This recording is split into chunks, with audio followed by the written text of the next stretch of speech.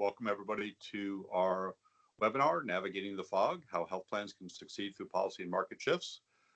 We have a very complete presentation for you today, and with me are two of our great panelists. I'm Eric Klein from Sheppard Mullin, and I lead the healthcare team there.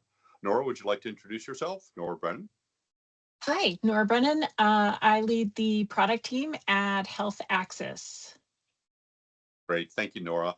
And John, would you like to go ahead and introduce yourself? Great.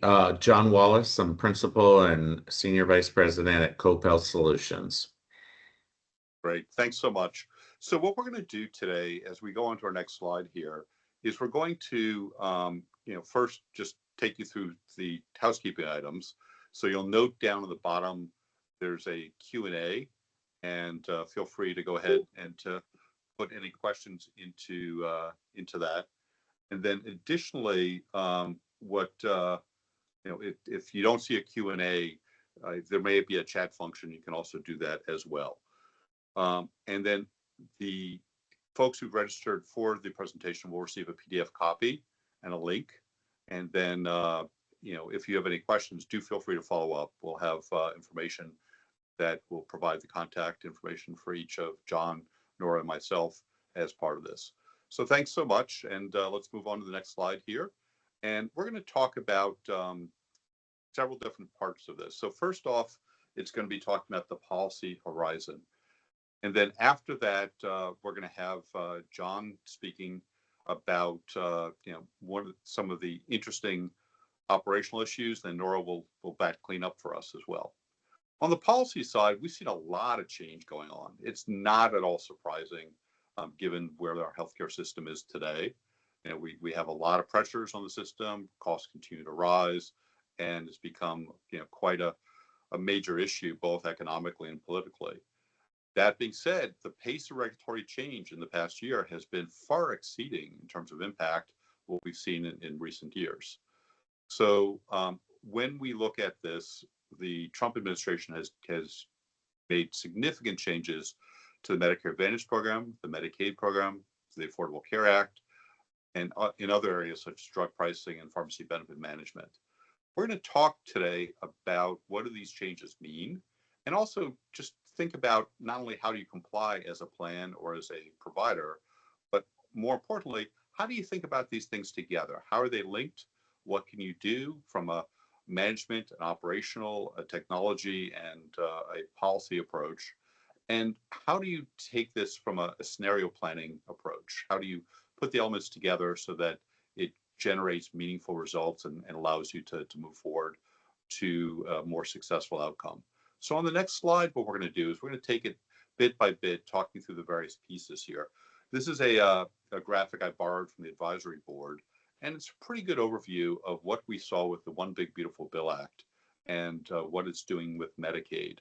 A lot of changes here, but just to distill it down pretty quickly, we're certainly seeing major changes that impact the population that currently is enrolled in Medicaid. We expect to see substantial increase in people who are no longer going to be eligible for or will no longer be able to continue on Medicaid because of the administrative issues involved there. What's that going to mean? Well, it's going to mean a significant decrease in covered citizens, but it's also going to mean a lot more compliance burden. So the Medicaid work requirements are going to have to be undertaken by the states, and they're going to have to figure out how do you track work, how do you make sure that this works right, et cetera.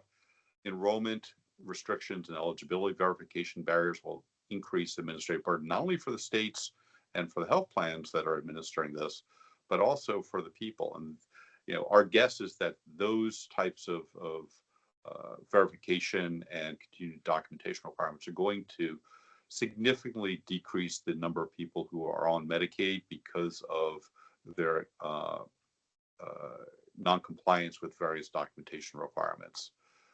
We also are going to see a lot less money going to the Medicaid program, and that's been estimated to be over $900 billion in decrease, and that's a very significant decrease here, and it's going to effectively transform the Medicaid program. We're also seeing at the same time um, changes to the way in which the federal funds and the state funds are matched and multiplied.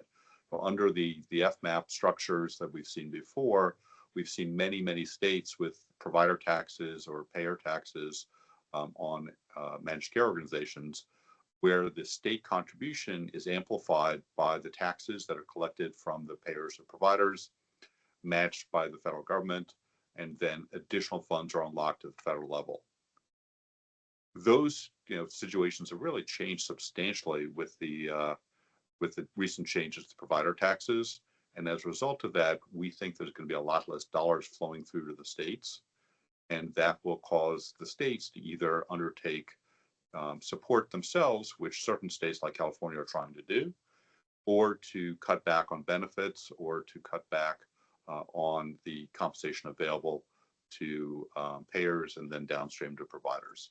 So it's sort of a triple whammy in that sense. As we go into the next slide here, it also will impact the network significantly, because not only is it going to decrease revenue, and we're going to have an increased spend on both technology administration to track all of this, but also we're going to have a lot more uninsured patients or underinsured patients who are going to have to be receiving care in some way.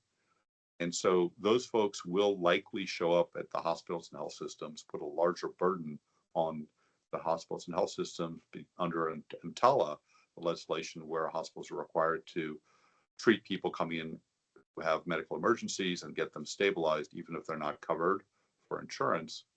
And that's going to really impact the profitability of a number of hospitals.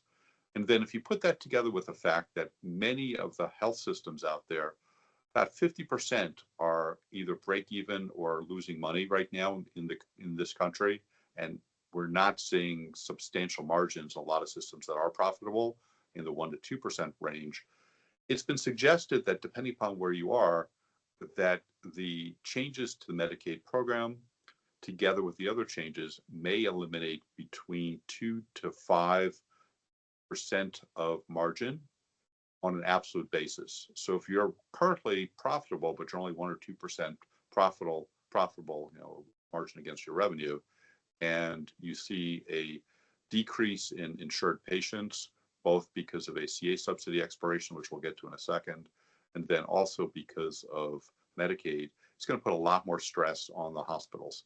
That's going to make it more difficult for payers to be able to have their members seen. It's going to make it more difficult in terms of higher costs, because the hospitals are going to need to figure out a way to stay viable financially. It's going to lead to a lot more consolidation activity, we think, with better capitalized health systems acquiring smaller or struggling health systems, or joint venturing by health systems with private equity or with payers, and also more outsourcing of non-core or lower margin lines of business. We're seeing a lot of that, for example, with home health and hospice right now. We anticipate that that's going to grow. We're also going to see more bankruptcies and more restructurings of health systems. And bucking the trend, some health systems are going to try to grow their own provider-sponsored health plan. We'll talk in a few slides about provider-sponsored health plans and how health plans are doing overall, but it's definitely a contrarian move right now to grow your provider-owned health plan. On the other hand, it can be very beneficial. Some of our clients have really heavily moved into that space, diversified their revenue, and now almost 50% of their health system revenue is coming from the health plan side. Next slide, please. So let's take a look now at Affordable Care Act.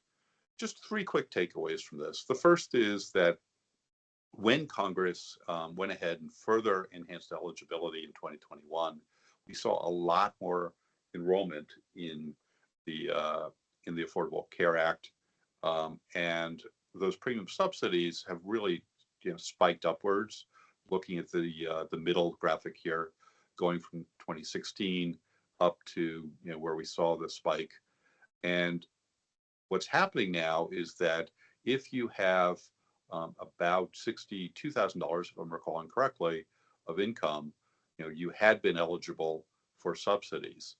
The problem is that with the expiration of the subsidies as of 12/31 and the failure by Congress to date to extend the subsidies, we are going to see substantial growth in the costs of policies. And that's going to result in many people where premiums can double potentially or even triple in some situations. They'll go with lesser coverage, moving down metals down to the bronze level, or they'll go with no coverage. We'll also see higher deductibles and copays. And most of the ACA members who are ready are looking for a solution for their healthcare needs that is financially viable. They're going to defer care. About, by the way, 8% of daily Google searches in the entire world are healthcare focused. And of that, what I've heard from some of my friends that are in the know is that between 30 to 40% of those searches are how long can I defer my care before it gets bad? So that's very much part of the economics driving this. And it's going to result in a lot sicker population. And that's simply kicking the can down the road where that can eventually will go ahead and will explode. Next slide. So as we look at the various lines of business, some big changes. Medicare Advantage, we just saw published at the end of January, the Medicare Advantage rate notice. That's going to be open for comment till February 25, and it'll be finalized in early April, April 6, or if not earlier. What happened? Well, last year we saw a 5% increase to premium from Medicare Advantage. This year is 0.09%. So effectively flat.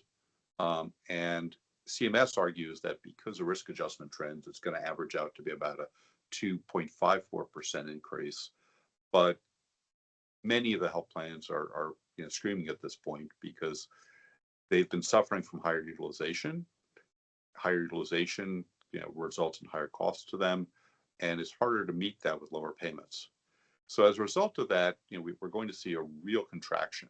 Now, why is this happening? Well, it's happening in large part because of the fact that the Medicare Advantage care, although it's supposed to be, the strategic direction undertaken by CMS, where by 2030 they want 100% of Medicare members being seen as some type of value-based or risk-based scenario. The costs of Medicare Advantage, as compared to original Medicare, have gotten much more expensive. Now, it's not surprising to me because if you look at it, we've seen a lot of the major payers moving from an MA Medicare Advantage HMO product over the last 5 years into an MA PPO product, Preferred Provider Organization product. Looks a lot more like original Medicare, allows for a greater choice, takes away prior authorization in many cases, and reduces the gatekeeping.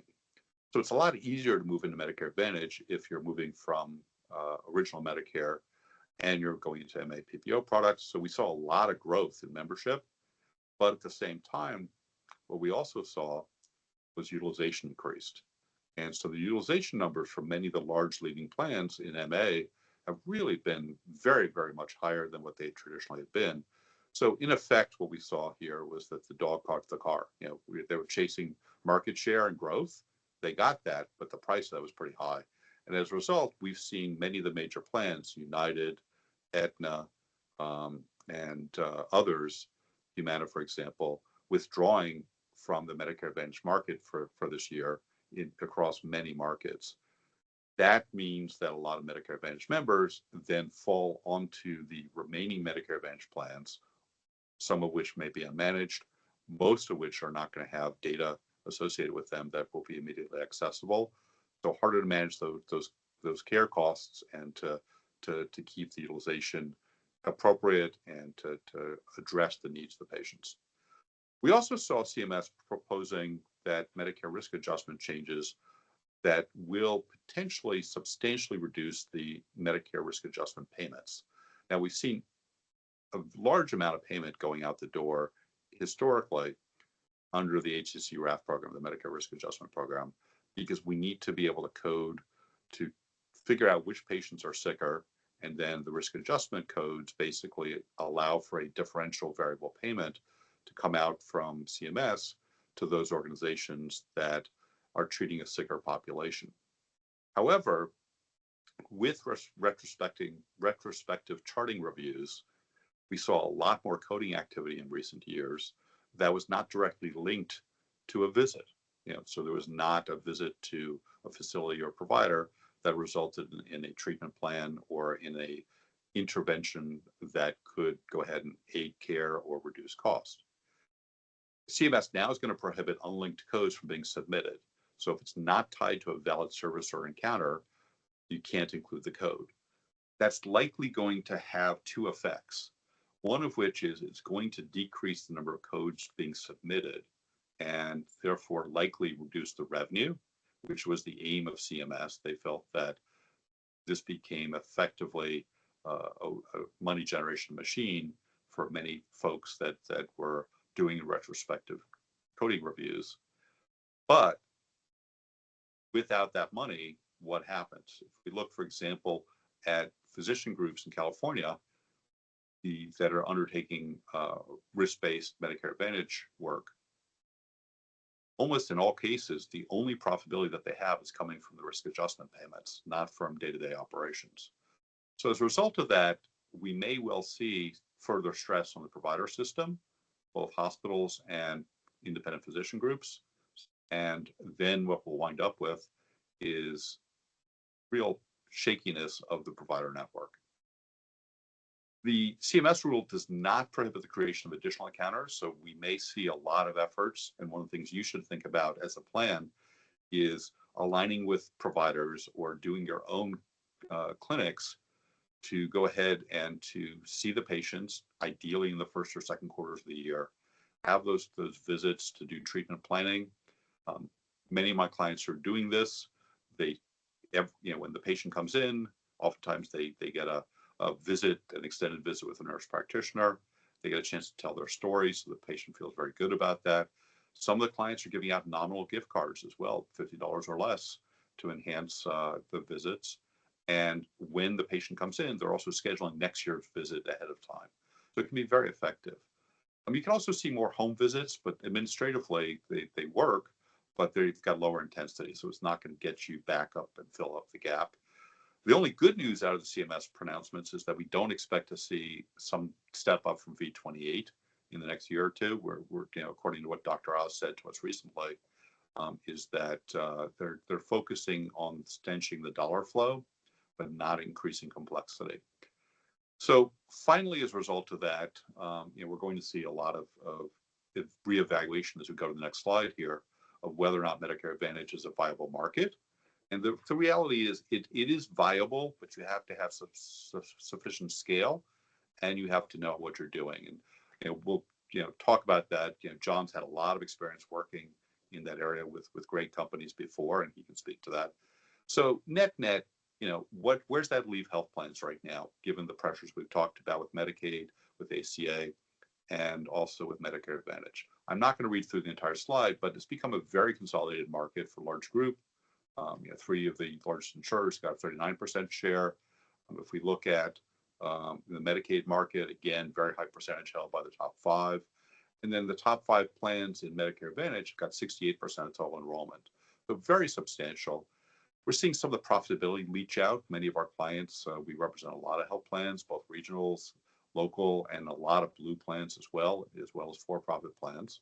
And what we're seeing is a continuing move away from fully insured plans to ASO contracts, which reduces entirely, or not entirely, but reduces materially the profitability to the health plans. And, we're also, as a result of that, seeing a lot of decrease in terms of operating margin. Look at the stat in the left column here, where 2023, where many of the blue plans on average were mildly positive, 0.3% positive. 2024, tough year, 2.9% down. Some of the blue plans had billion-dollar losses. And so as a result, we're seeing a lot of blue-blue consolidation or affiliation activity.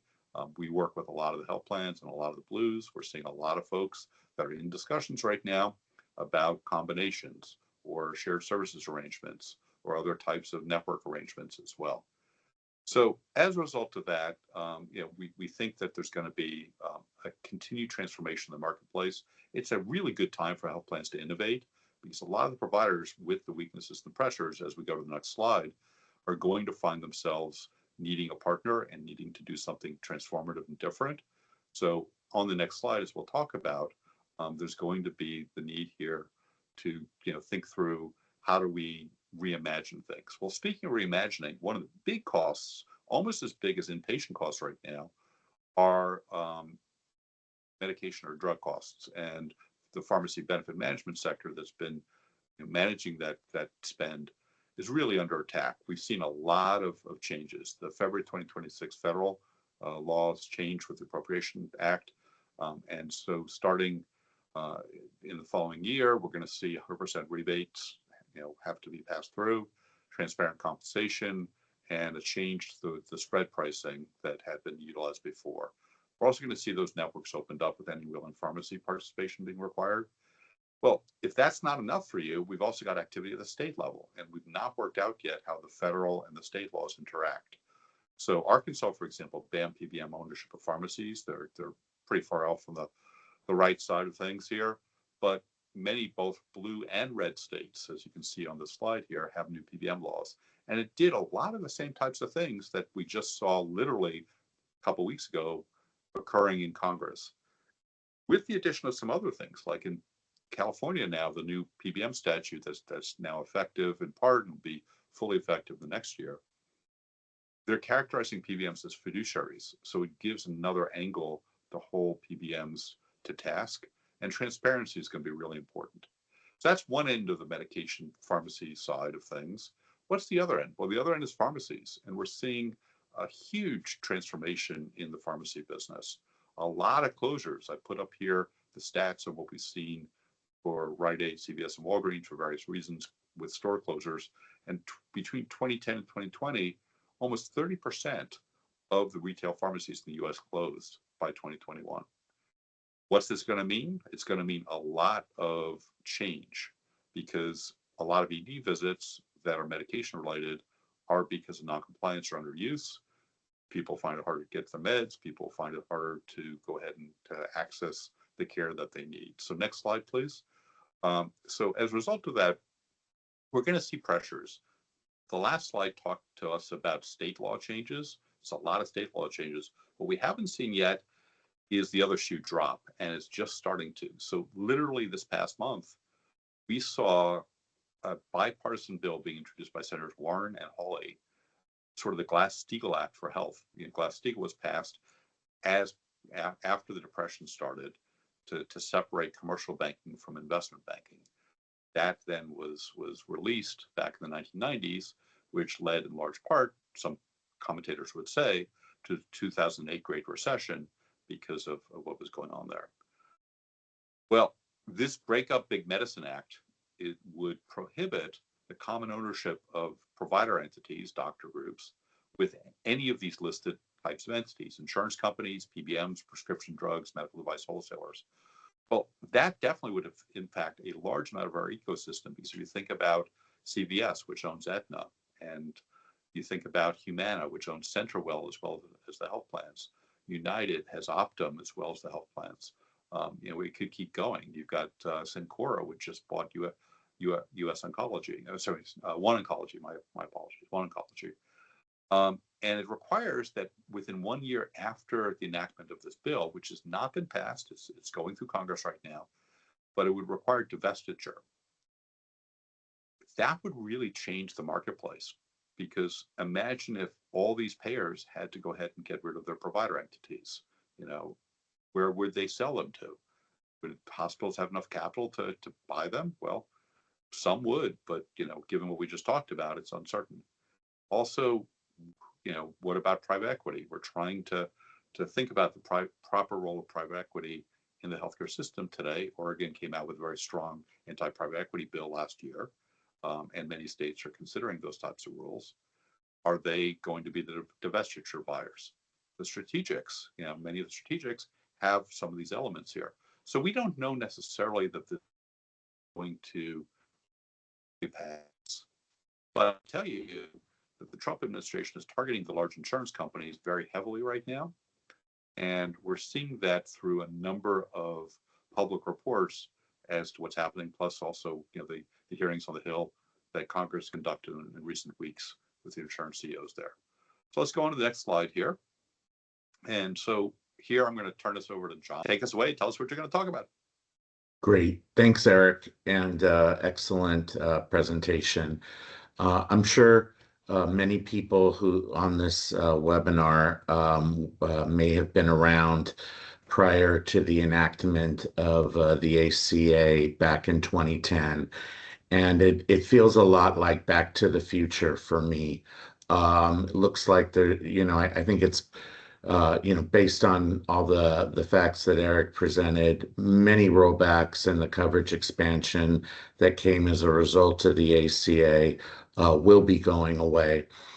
We also see so much of the safety net has really been, if not dismantled, definitely pared down because of coverage over the last 15 years. And so we're actually going to be, I think, in quite a difficult place in the next couple of years going forward. But what does that mean for your organization, and how do you be resilient during these times? Just thinking it through rationally, I came up with these 5 steps that I think that I would recommend. One, assess your organization's exposure and model the impact. There's a lot of good evidence. A lot of good information out there around the impact of the budget reconciliation bill and the state budget. Figure out how that's going to impact you and the timing. A lot of the key provisions of the budget reconciliation bill are staggered, like work requirements not coming into effect until January 27, MCO tax reductions not until October 27. So now is the time to really understand when those things happen, how they're likely to impact your bottom line. And now is the time to tighten operations and your revenue cycle. Nora from HealthAxis will talk in more detail about revenue cycle and overall operations. I just want to make the point, as Eric did, that there's a tendency in tough times and in the unknown to want to hold on to cash. And that makes a lot of sense. But now is also the time to make investment in operations. And now is the time when you really want to go through the proverbial junk drawer, the things that keep you up at night, and really figure out, how can I fix them? And go through workflows for all your functions with an eye towards how can this be automated? How can this be streamlined? And is there a role for AI? Further, proactively on an individual level, support patient coverage and navigation. Patients' choices are going to change. Marketplace in California, covered California, it's going to change drastically which plans people choose and which levels. As a provider, you need to be in sync with what's going on at Covered California and understand how those changes are going to impact you.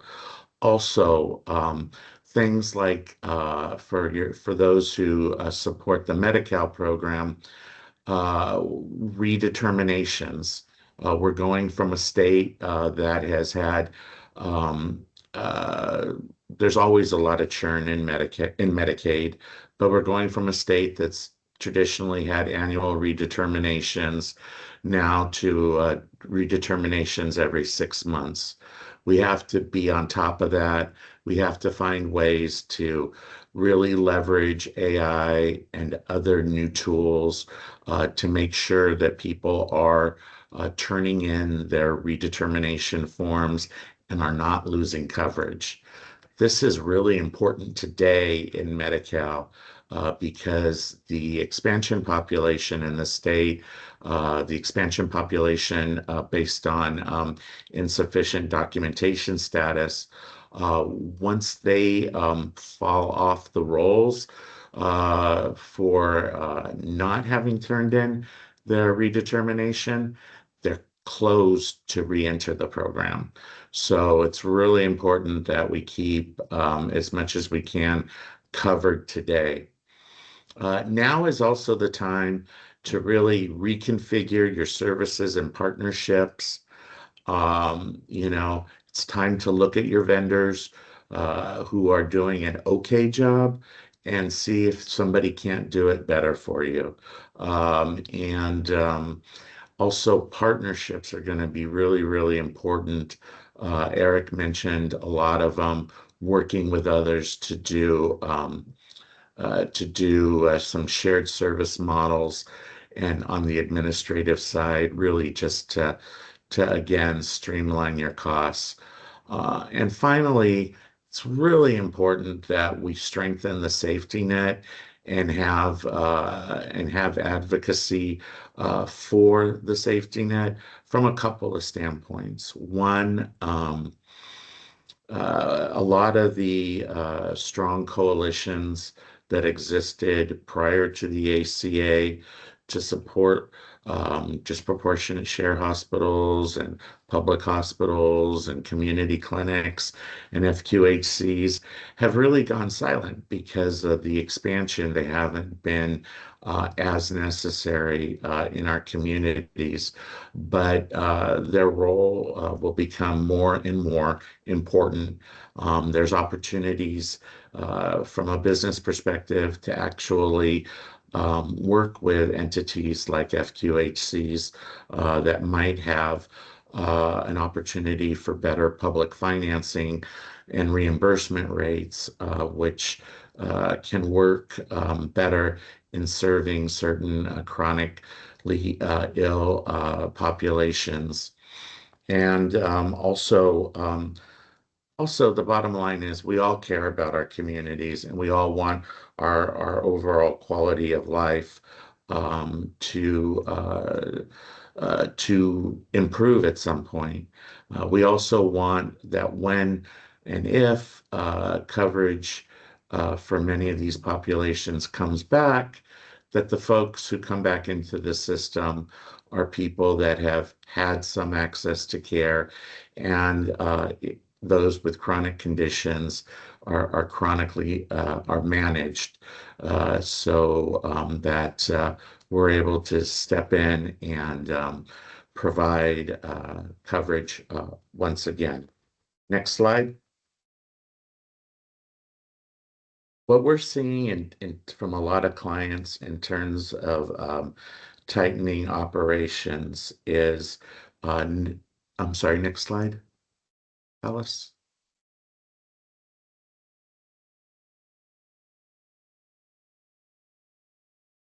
Okay, maybe I'm stuck. Okay, great.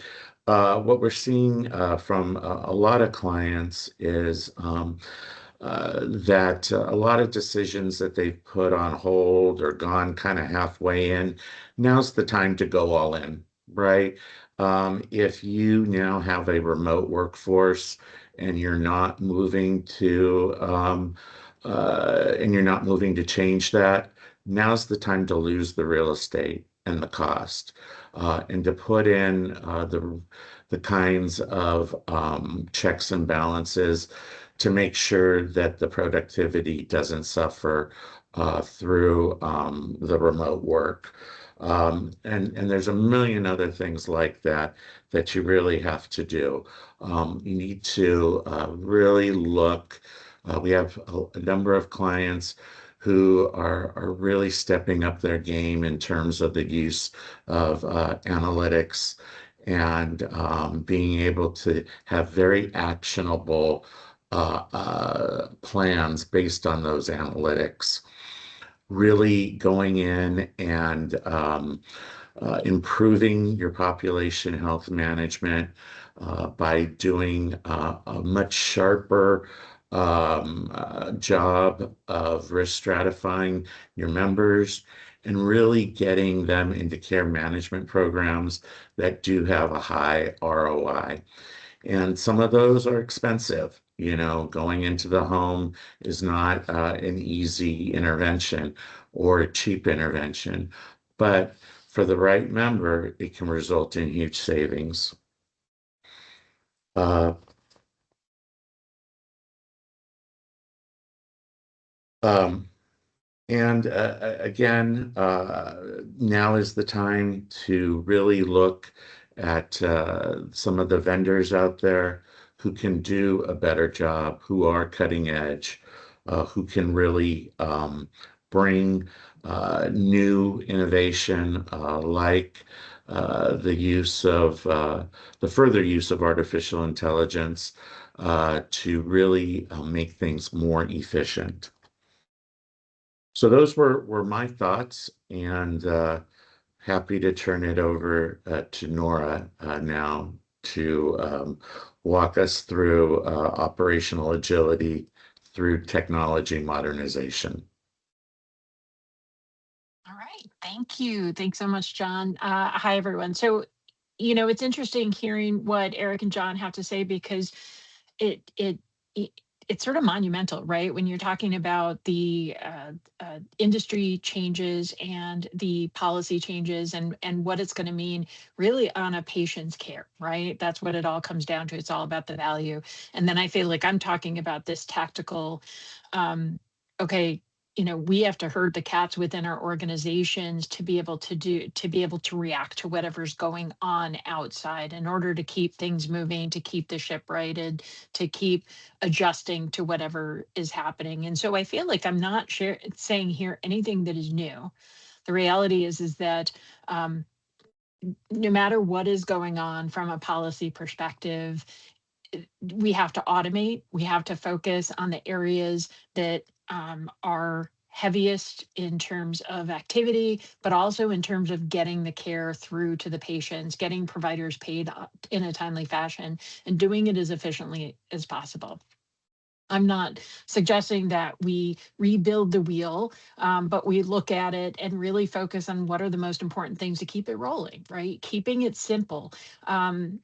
When we talk about automation and saying, where can we manage our costs best?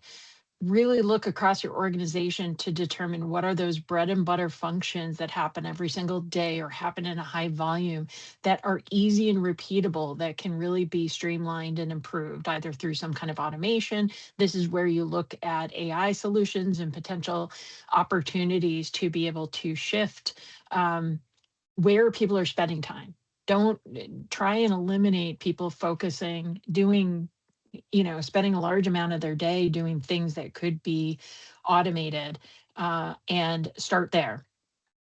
Then it's really that rinse and repeat. Once you have an idea of what you've been able to fix, you have to get your arms around everything you can do and then pick the things that you can actually accomplish and then go to the next task and the next task. It feels always in this conversation of how do we improve efficiency? How do we reduce costs? How do we ensure that we can continue to grow as a business and grow in terms of the services that we're providing, make sure that we're able to handle the adjustments to the different regulatory drivers or industry drivers to the business. How do we keep moving through this? Know what your business is, know where you spend your time, and then continually have an improvement plan. So today you're working on automation of claims. Next month, you're looking at your payment integrity. You may have to go back to automating claims the next month, but you have to keep an eye on all of those tasks and don't try and take them all on at once. That's always a challenge too, though, because of course, everybody's leadership is saying, well, do everything, right? We want to automate across the board. We want to simplify everything. We want to get rid of all of the easy tasks we do across the entire organization. And that would be great if we all had unlimited time and energy and availability to work on those items. You really have to push for a continuous improvement model with a really strong roadmap. But a big part of doing that and being able to make that case to your leadership to say, yes, I can help be more efficient. I can drive us to a more simplified approach. Get the data that goes with that plan you have. Let the data guide how you're going to prioritize and what you're going to accomplish and whether it's doing what people think it's going to what it's going to output for you. So automating claims, it always feels like the lowest of low hanging fruits to talk about increasing your auto adjudication rate. But I've been in a couple of conversations over the past couple of months where I heard people talk about, oh, we could automate 99% of claims. And I go, prove it. I mean, show me the data that really shows me that there are claims that is worth taking my time to go from 92% to 99%. Is it really worth the effort it's going to take to automate those smaller volume one-off claims versus saying, okay, we're at 92% auto adjudication. Look at us go. Let's move on to a different area and a different focus. So get the data. And that is, of course, one of the hardest things to do here is being able to pull the information to make a case to say, I'm going to go tackle this, and then I'm going to go tackle that, and I'm going to show you the data that's going to make sure that we're working on the right things. And when we identify that the work we are implementing to improve or optimize a function isn't actually making the difference, that the data tells us that, and we don't just pat ourselves on the back and then persist with a problem that we thought we had solved. Next slide, Alice. So part of this, of course, is making sure that you have systems that can adapt rapidly to changing environments. So so you're working your efficiencies, you're identifying on an ongoing basis, what can you do, what can you improve, but is your system up to the task?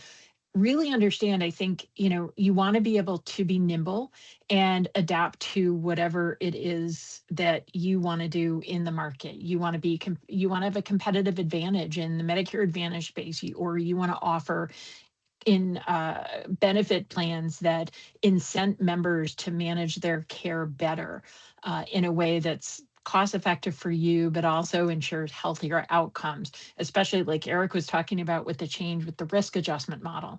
If you don't have people out there chasing medical records and looking for that information, how do you make sure that you're sending the right information to patients to get them to do that? So whatever it is you're doing, you want to have systems that help with you, but really understand what are the processes that drive that competitive advantage. So what is your business priority? What is the strategy for your organization in terms of staying competitive and growing your business and meeting the member needs? Is it your benefit plans? Is it your engagement digitally, or how you're communicating to your members in whatever form? Is it your utilization management approach? The other thing that I've been spending a lot of time on over the past year and into this year is the changes in the utilization management turnaround times that come through the interoperability mandates, having to be able to respond faster, and then getting to that state where soon all payers are going to be publishing their utilization management data online, and that's going to be something everyone's going to see. Is that going to be the process that you want to promote, or is that going to be the thing that you want to make a little more difficult to find on your website because it's not something that's going to distinguish you, or something that's going to be difficult to spin into a positive? Utilization management, prior authorization processes. There's so much complexity to how it both helps us in managing cost and managing care, and then how it hurts because the perception at the end of the day is reality for so many people in terms of what it means to any individual circumstance. So be up to speed on what it takes for your system to align to what you've determined is your business advantage. What are the things that your business wants to focus on, and ask, do you have the systems in place that will focus on those particular areas of function and help you grow? And then the other thing is with that, and this rolls into the AI discussion very well, is you always want to underpin your technology decisions with a business problem to solve. And this goes back whether you're talking about auto adjudication rates, or you're saying, I want to add a new innovative benefit model to incent members and keep them in a healthier space. Make sure that you're focusing on the business problem you're trying to solve, and not say, I've got this technology, how do I want to use this technology, whether it's actually the right solution for your business or not. Those are very different things. But I'm a product manager by trade. I always start from, what is the problem I'm trying to solve for the business? And then I can figure out what the right technology solution is. Next slide, Alice. And then finally, of course, we have to get to the AI of it all and really talk about what that means in terms of responding to policy. It feels like 2025, 2024, we were sort of with trepidation learning about AI and hearing about it, and it was starting to grow and we were starting to think about it. 2025 was get your AI strategy in place yesterday.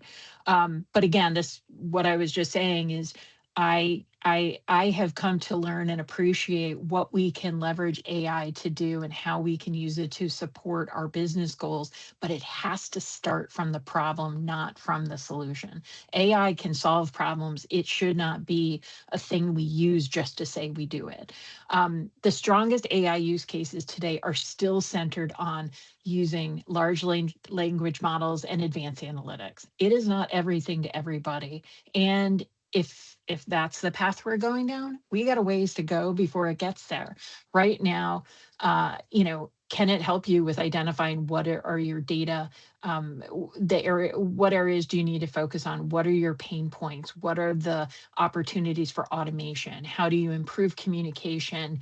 But how do you make sure the communication you're sending is the right one? So it's stick with the large language models, the advanced analytics solutions. Use it to identify those emerging trends and transaction patterns so that you can mitigate the downstream impacts. You may not be able to use AI to automate a flow from start to finish, but I've been doing some exploration with building AI agents that can help, go and look into a line of code or go and look into a backlog of business requirements and say, here's some trends. So maybe if you consolidate these requests, if you consolidate this problem, there you can come up with a solution that meets a bigger need. So I'm not using AI to solve the problem. I'm using that AI tool to help me identify how to more rapidly address the problems and the various nuances to it. Every process you do still at this point needs to have some pairing with real-time monitoring. I haven't seen a lot of examples where I feel confident that we're going to use this and be able to walk away and not come back to it. But again, this ties back into this idea of continuous improvement, that anything that we build and anything we put in place to be more adaptive, more responsive to what's going on has to come back with continuing to go back and say, are we still doing the right thing? Is it still working? Is it still meeting the need? You can't set it and forget it. And then really, you can have a strong day one impact, but you have to have sustained visibility and adaptability over time and be able to shift. So again, going back to what John and Eric were talking about in terms of what the policy changes are meaning and what the industry changes are going to do to the populations and to what the expectations are. Use this to help you adapt, but it's helping you adapt. It's not handing over to an AI solution to adapt for you. It's just not feasible. And I think we're further away. I've shifted from being an AI skeptic to seeing the value in using it, but I'm not an AI is for everything. I'm not there yet.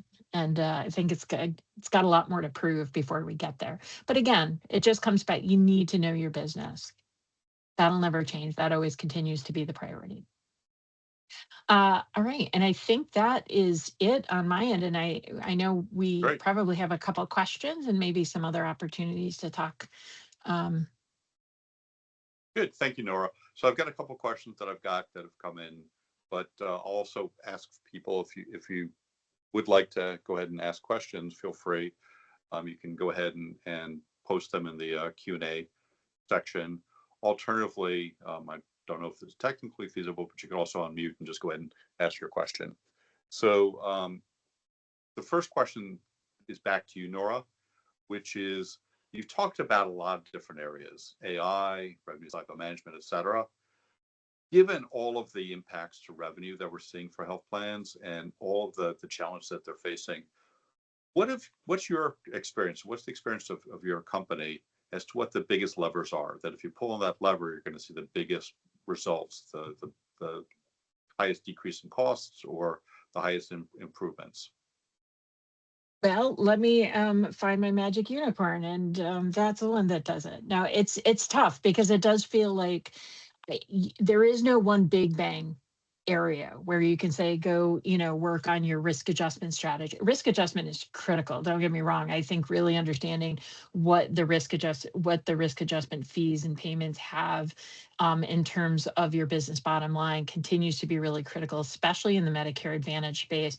I would say across the board, what we're seeing is um, a consolidation and streamlining of the integration. So lowercase interoperability, making sure that as you're working across, especially with these shifts, you may need to start working with vendors differently. So where you were asking them to do chart reviews in the past, maybe you need to work with them, or maybe they're shifting their business model to do more member education capabilities because you are more dependent on that encounter with that known diagnosis rather than finding it in the chart. So if they're shifting, making sure that the interoperability between the health plan and all of the different vendors that they're working with continue to meet the expectation, meet the need and meet the cost expectation. So if you've got 10 different vendors that are supporting your business in different ways, continuing to review and say, how do they have the ability to consolidate? How do I streamline what I'm getting to them so there's not a lot of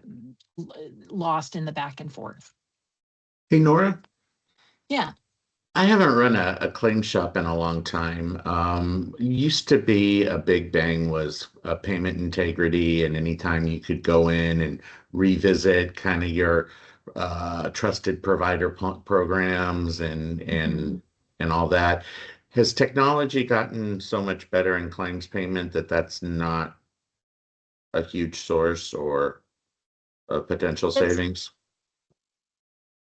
I think so. I think, and that comes back to the vendor. That's actually a really great point because I think that payment integrity, it's one of the areas where AI has actually been able to make a lot of impact because it's all about pattern recognition and identifying data and really looking through and looking for those patterns and being able to clean up and get ahead of it. So there's a lot of opportunity now to install payment integrity capabilities before you process the claim. So you're not retroactively trying to recoup money that you shouldn't have put out there, but stopping it before it goes out the door. There's been a lot of improvement in that space, I think. So it still has a great impact if you have not implemented a payment integrity solution. Obviously, right? That's another really big area of improvement. But I think because a lot of the payment integrity solutions out in the market now have gotten so good that if you are doing that, hopefully that is having, already making the impact it should. Great. All right, thanks, Nora. And then the other question that came in, John, was for you. I think you're going to go ahead and pick this one up, hopefully, which is, say you're a health plan right now, and you're looking at what's been happening to reimbursement, the regulatory changes, all the shifts that are happening in the marketplace right now. Where do you focus if you've got a limited amount of capital and you also have to make some of the operational changes and the technology changes Nora's talking about here? Where do you put your money into which line of business for the next 5 years? What's going to be the best returns, do you think, if you're doing it right? Wow. I think I give you the easy Great question. question. definitely not Medi-Cal going forward for the foreseeable future. But it is a volume game, both Medi-Cal and Medicare. I mean, if you can somehow do more employer where you're not simply the TPA, as you pointed out, I think that's probably the biggest opportunity for profit from a percentage wise, wise basis. Maybe not as large as some of the other ones. I think as a health plan, you really got to figure out what are your core competencies and what can you do that can set you apart versus what's a commodity and also versus what's available in the community. So, I'm a huge believer in California's delegated model. And I think it makes a lot more sense for the health plans to be doing oversight, robust and strong oversight of delegation, but also, really doing things like making their member services best in class, making sure that their provider relations is again also first in class. It's amazing that in 2026, the big provider issues are still getting getting their claims paid right, getting their capitation checks on time, and being able to make referrals in an easy way. So those are the things I would concentrate on. Great. And we're seeing definitely some interesting trends right now. For example, Medicare Advantage, where we've had multiple health systems come to us and say, hey, we want to go ahead and we want to take on 100% upside downside risk in Medicare Advantage, take on global risk. And we want to do that in partnership with our local payer or payors. So we've helped a number of both large academic medical centers as well as other smaller systems to do that recently. If we think about where things are going right now, we see a lot of health plans that are looking at that and saying, is that something I want to do? John, what do you think health plans should be doing if they get an inquiry from a large provider system asking to partner? I think if you can expand your HMO model for MA as opposed to PPO, I think you gotta, I think that that's still a winning combination. If you have a hospital partner that is willing to do what needs to be done to actually reduce readmissions and avoidable admissions, that is where the savings still are. Okay, great. And then Nora, one of the things that we've started to see is we've started to see not only AI be used in the revenue cycle management process, where both providers and payers are deploying payment integrity systems that are AI infused, but also we're starting to see some health plans really use that as customer facing, helping customers to gain education, to help understand their benefits, to help locate providers, et cetera. What do you think are going to be some of the best practices for health plans as they look to incorporate AI in the front end, that front office instead of back office?